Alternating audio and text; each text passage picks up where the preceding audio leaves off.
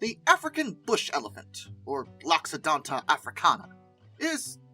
you probably are familiar with elephants, especially African ones. These are the largest living terrestrial animals. Bull elephants in particular can reach an average shoulder height of over 3 meters, as well as a body mass of over 6 tons.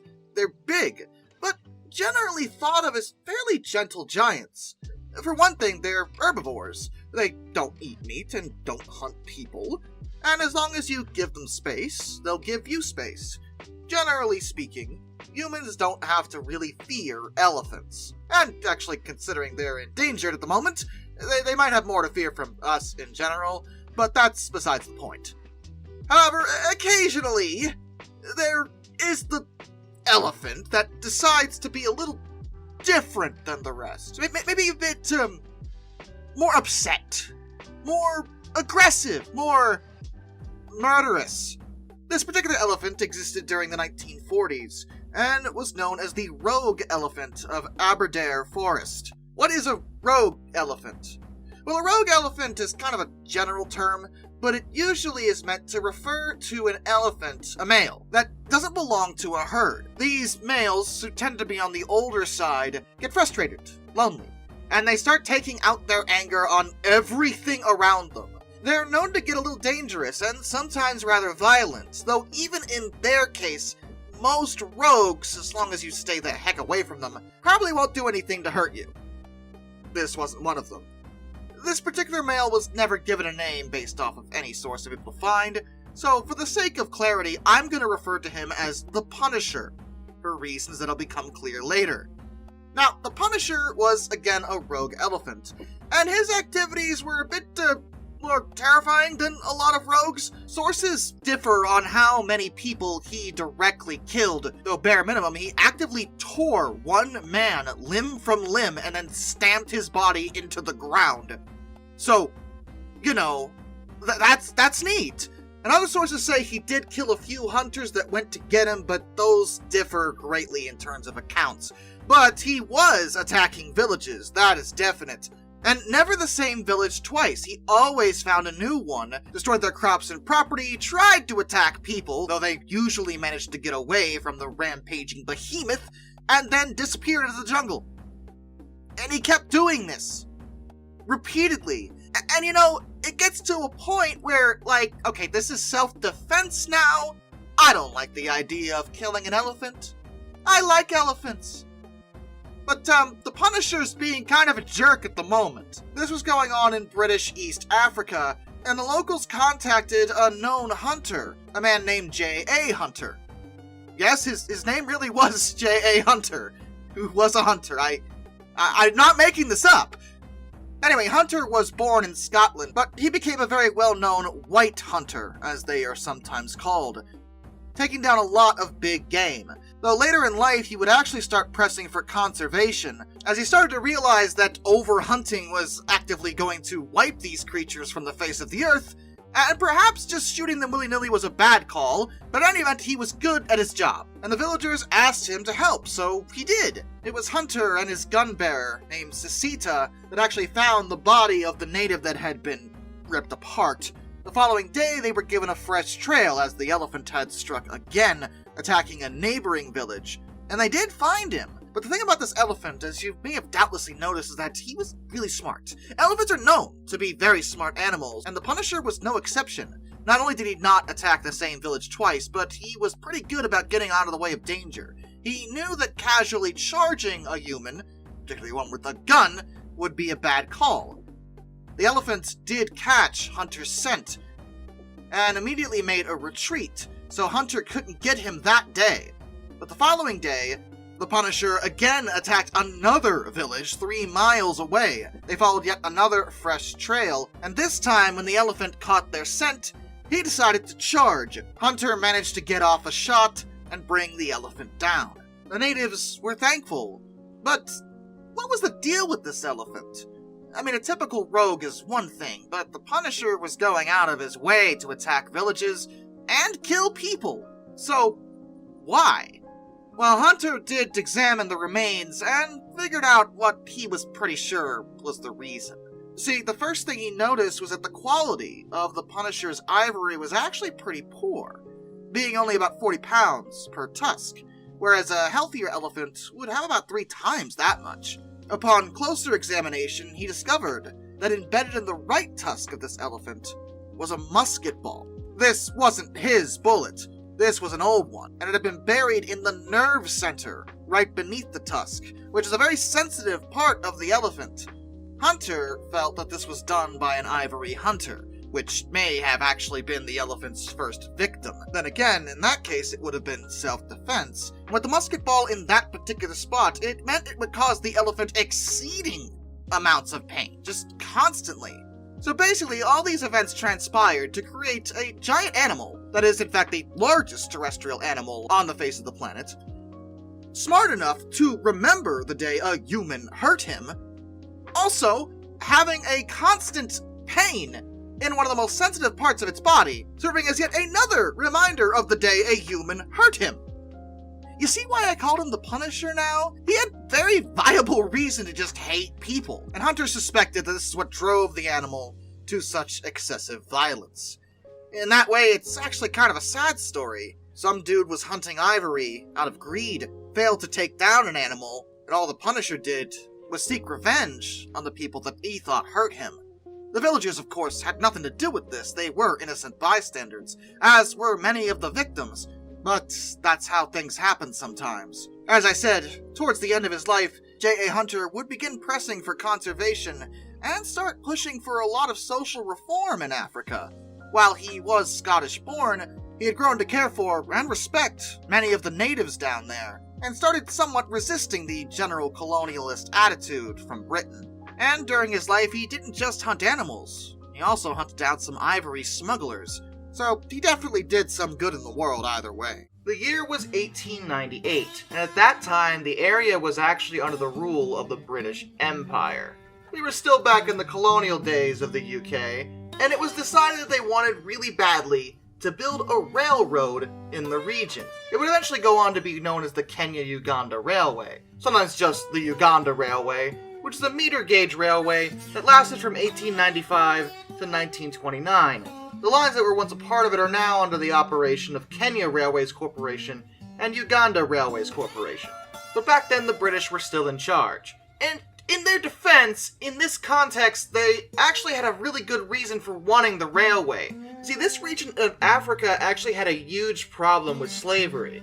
Due to the undeveloped nature of the area, people would be enslaved for the sole purpose of helping to transport goods. The thought was, if a railway was put in place, it would completely cut out the need for slave labor for this exact purpose, and it would help bring the area into a more modern age. So there was a legitimately good reason for doing this. But as you may realize, Africa is, well, it's Africa. It is some of the largest land-dwelling animals around, and some of the most dangerous. It's hot, wild. Constructing a railway in these types of conditions is definitely not going to be an easy task. This particular set of line was meant to link Uganda with the Indian Ocean at Kilindini Harbor. And to be honest, most of that line went down without much of a problem. But things got held up when they had to build a bridge over the Savo River. The area around where they were building the bridge became an encampment that spread over 8 miles to accommodate the many workers that were constructing the bridge. Most of these workers actually weren't locals. They were actually Indian workers. See, back then, Britain still had control of India too, and they'd already built plenty of railways over there. Many of these workers had experience building railways, so the British thought it made sense to bring in many of them, since the local workers that they did employ some of didn't have any experience laying railway lines. And not only would the Indian workers bring experienced labor to the mixture, but they could help train the locals to do it in the future. This part of the project was actually being led by John Henry Patterson, who is a man I could easily make an entire video about, because he wound up doing a lot. He was an Irish member of the British Army. He was also a hunter and an author. And he showed up to the site just days before things started getting really scary. Workers just started vanishing.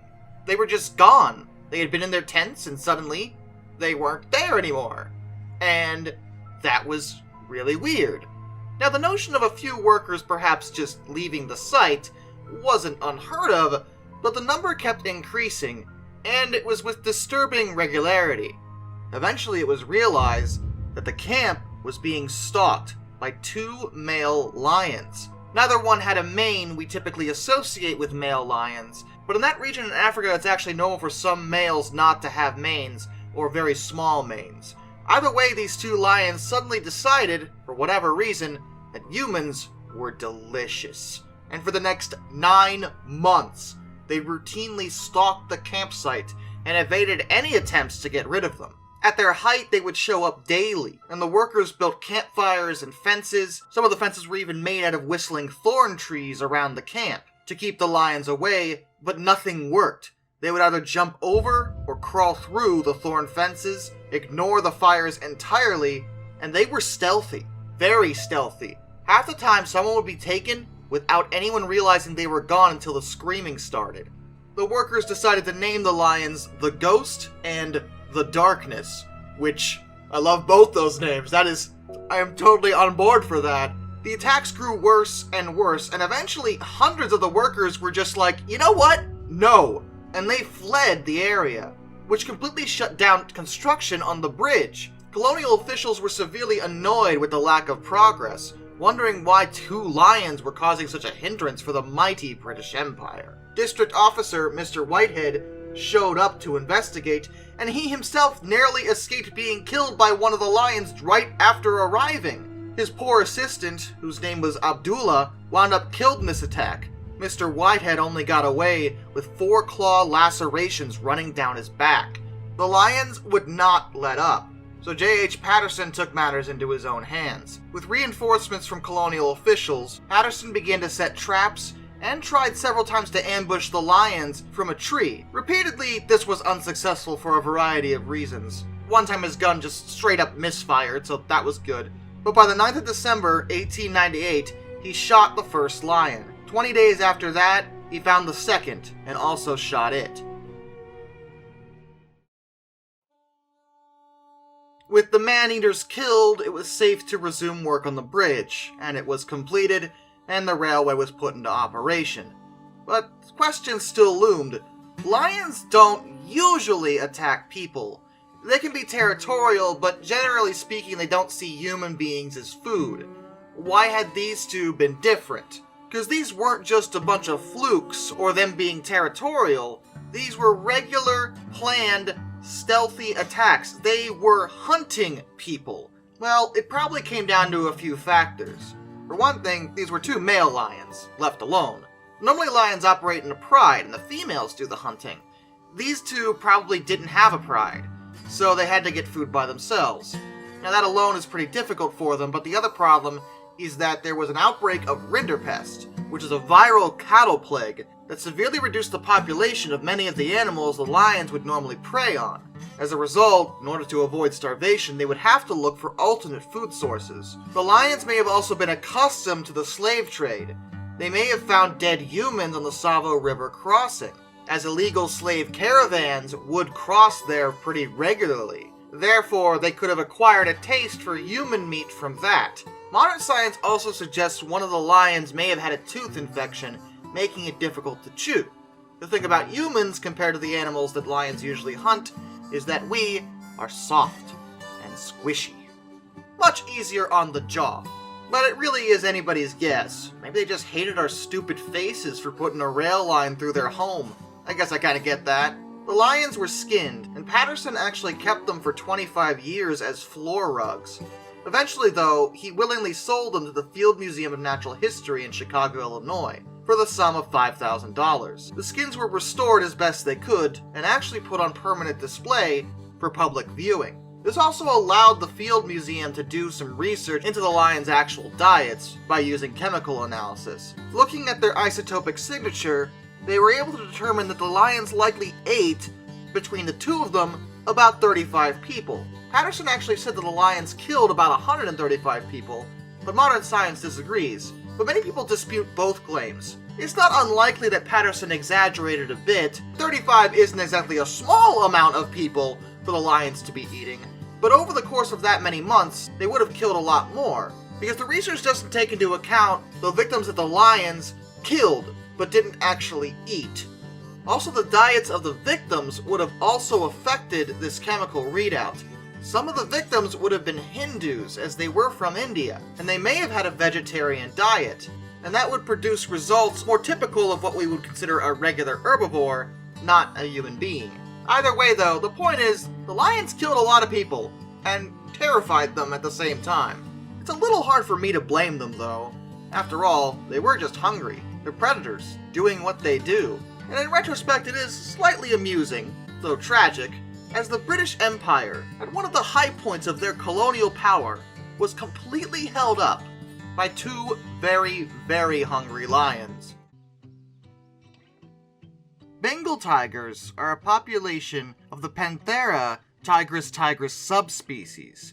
They are among the largest cats in the world today, and among the most well-known. Unlike lions, which tend to live in groups, tigers, outside of females and their babies, are mostly solitary.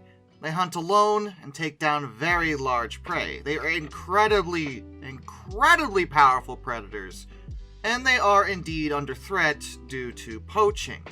Due to their size, tigers are certainly very easily capable of taking down a person. And as humans encroached on tiger territory, those sorts of incidents started happening a lot more, because, well, humans and tigers were crossing paths, and tigers are hungry, okay? They gotta eat something.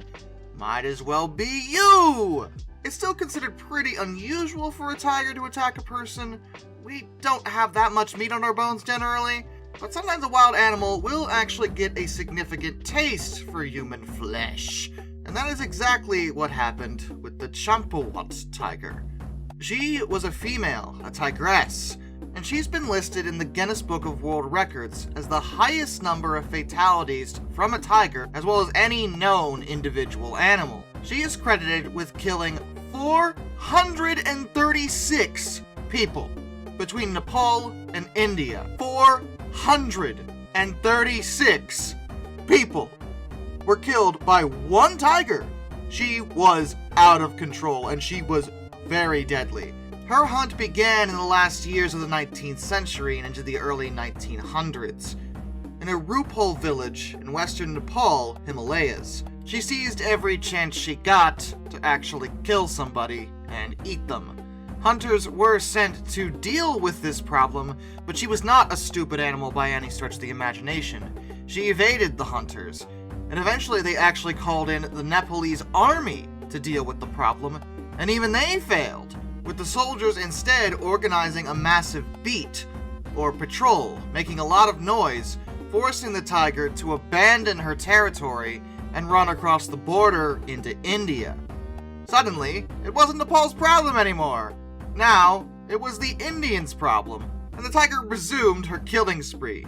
Generally, an animal's hunting behavior can be kind of predicted, but in this tigress's case, that didn't happen. See, she adjusted her own strategies so as best to hunt and evade humans. She traveled great distances between villages in a single day, under the cover of night. Normally, a Bengal tiger's range would be fairly small in terms of hunting, but this one expanded that, making it much more difficult to track her, and making it easier for her to surprise people who didn't always know she was out in the jungle waiting for prey. Her behavior, in terms of forming a larger territory that encompassed multiple villages, was actually a lot closer to a Siberian tiger. And like many predators, she would tend to go for prey that was, well, easier. Most of her victims were young women and children, who would often be sent into the forest to collect firewood, feed livestock, or gather resources for crafting. During this time, the tiger would sneak up on them, and they would, well, disappear. They would never be heard from again. And even though she tended to move under the cover of night, whenever she was hunting, it was in broad daylight. Every single one of her confirmed kills happened when the sun was up, which was actually a lot more alarming, because, well, humans were up during the day, and they needed to get work done, and suddenly everyone was too scared to go out in the jungle anymore, because there's a tiger out there specifically eating people. The men often refused to leave their huts for work after hearing her roars from the forest. And, who can blame them? And the tigresses sometimes called the Demon of Chot, reign of terror would continue until 1907, when a man by the name of Jim Corbett was called in to try to deal with the problem. Colonel Edward James Corbett was Indian-born, though he was British, and he was a hunter, tracker, naturalist, and author. The demon had recently killed a 16-year-old girl named Premka Devi in the village of Fungar, which was also near the town of Champawat, and this time she left a trail of blood, which Corbett followed. While investigating the remains of the girl, Corbett himself was nearly ambushed by the tiger, though he survived the encounter by scaring her off with 2 shots from his rifle. Corbett realized he was dealing with a very smart animal, and he opted at least that day to abandon the hunt and decided to use the villagers to organize a beat in the Champa River Gorge. 300 villagers assisted with this just the following day, around noontime. The beat worked. It flushed the tiger out. His first shots hit her in the chest and shoulder, and his last shot hit her in the foot, causing her to collapse just 6 meters away from him. The Demon of Champawat was dead. But why had this animal gone out of her way to kill, well, people? It's one thing for a tiger to attack 1 or 2 people and move on. Such incidents aren't unheard of, but this tiger made it a point to hunt humans, and only humans, extensively, and a lot of humans. So what was the deal? In a post-mortem analysis of her remains, it was discovered that her upper and lower canine teeth on the right side of her mouth were actually broken. The upper one in half, and the lower one right down to the bone. That injury was the result of an old gunshot, before Corbett took her down, and it would have caused her severe pain and made it much more difficult to hunt her normal prey. She wouldn't have been able to take down larger animals that tigers generally do, so she had to adapt. And in her case, she started to hunt humans. Humans are smaller than a tiger's normal prey, but they are soft and squishy. Much easier to chew and to kill. And outside of her tooth injury, she was actually in very healthy condition prior to her death. Corbett thought she was between 10 and 12 years old. The Demon of Champawat has since gone down in history. Like I said, she has a world record for being an animal and killing just so many people. These days, in Champawat, near the Chatar Bridge to Lohognot, there's actually a cement board that marked the place where the demon was finally brought down. Corbett also talked about the incident himself in his 1944 book, Man-Eaters of Kumaon.